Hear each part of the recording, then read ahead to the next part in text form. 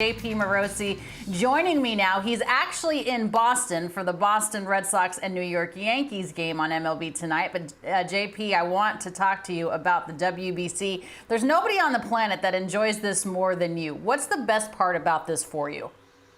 Oh, Alana, this smile here is 6 years in the making, my friend, because the WBC is back. Watching that last out, David Robertson told me afterward that was the happiest, saddest pitch he ever threw in his life. Happy because, of course, it was the first U.S. championship. Saddest because, as he told me, the experience had meant so much to him, and he knew that was going to be the only time that group of players ever had a chance to play baseball together. And that really speaks to, Alana, what you were just talking about, the passion that comes out of the players when they have their country on their jersey as opposed to their club. And you've seen it, the interviews that we get a chance to have with players, they talk about their family, they talk about their culture, why they play the game in a different way than any other time in their baseball careers. It's why the storytelling of this tournament is so rich. And again, as you point out, the U.S. with a title to defend. They won it for the first time in 2017. What can they do for an encore? It's going to begin, Alana, at Chase Field in Phoenix, where if I could take myself to this moment, I go back to the 2013 tournament. The U.S. played Mexico in Phoenix, of course, a great multicultural city. I think a majority of the fans at that game in 2013 were cheering for Mexico. There you see R.A. Dickey starting. Adrian Gonzalez had a key hit early on in the game. Mexico never trailed in this game. And I remember just the atmosphere that night thinking, oh my gosh, this is what the WBC is all about. Now, Mexico almost met the U.S. in 2017, but they, of course, lost on the tiebreaker, weren't able to do that and play in San Diego. But now, 9 years since that 2013 game, Alana, we'll see these teams back together in the same venue. And when you want to see a great game, a U.S.-Mexico game close to the border, I cannot wait. Yeah, you mentioned Chase Field, and everyone loves the batter's eye hitting there at Chase Field. But Lone Depot Park, JP, is going to be hosting games in all three rounds. Why does it make sense to do it there?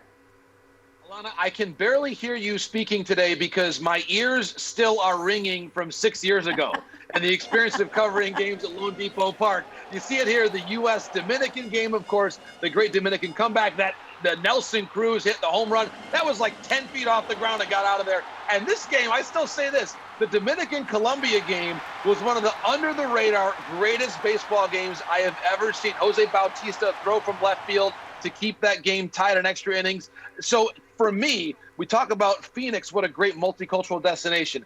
Miami, Alana, all the countries and cultures represented there.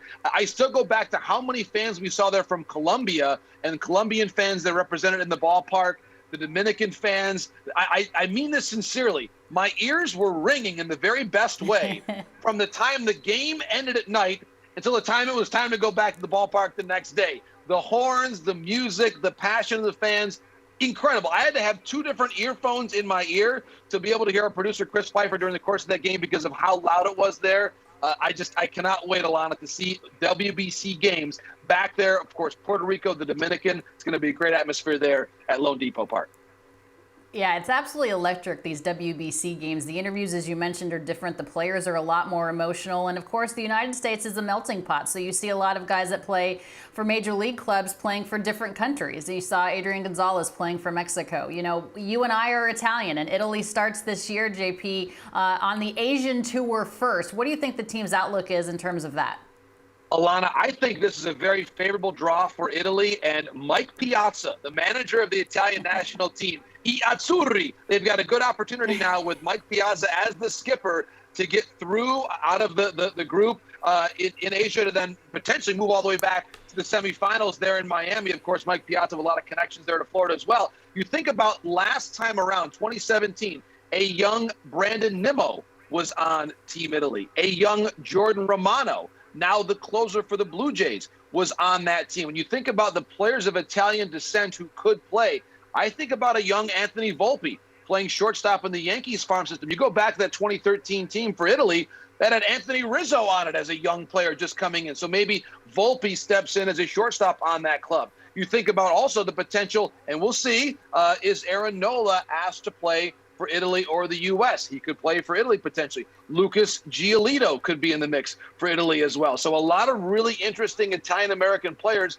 that could play for that roster, along with all the native Italians who grew up and played the game in Italy. And Mike Piazza, Alana, as we know, the Hall of Famer, has been living with his family a lot of time in Italy in recent years. He has taken a real leadership role with the Italian national team. So it's going to be a lot of fun, Alana, whether it's Italy, the Netherlands, any country around the world to play baseball. And we're expanding the field with qualifiers coming up in both Germany and Panama to round out a 20-team field. I'll have my plan coming up, Alana, for the Dominican infield. Where does Devers play?